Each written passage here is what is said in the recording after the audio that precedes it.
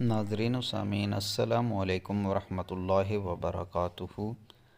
ایک ویڈیو کے کامنٹ میں ایک عورت نے سوال پوچھا ہے کہ اس کا خاوند اس کے ساتھ زبردستی پچھلے مقام میں جماع کرنا چاہتا ہے، کیا اسلام اس کی اجازت دیتا ہے یا نہیں؟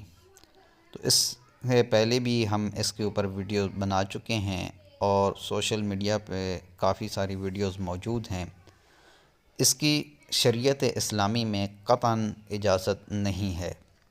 اللہ کے پیارے پیغمبر علیہ الصلاۃ والسلام نے اس فعل بد سے منع فرمایا ہے، اور اگر کوئی شخص اس کے اوپر اصرار کرتا ہے تو بیوی کو چاہیے کہ وہ اپنے جو بڑے ہیں رشتہ دار ان کو اس بات سے آگاہ کرے، اور اگر وہ پھر بھی باز نہیں آتا تو پھر اسے چاہیے کہ وہ اس سے فسخ نکاح کر لے، یہی اس کا حل ہے۔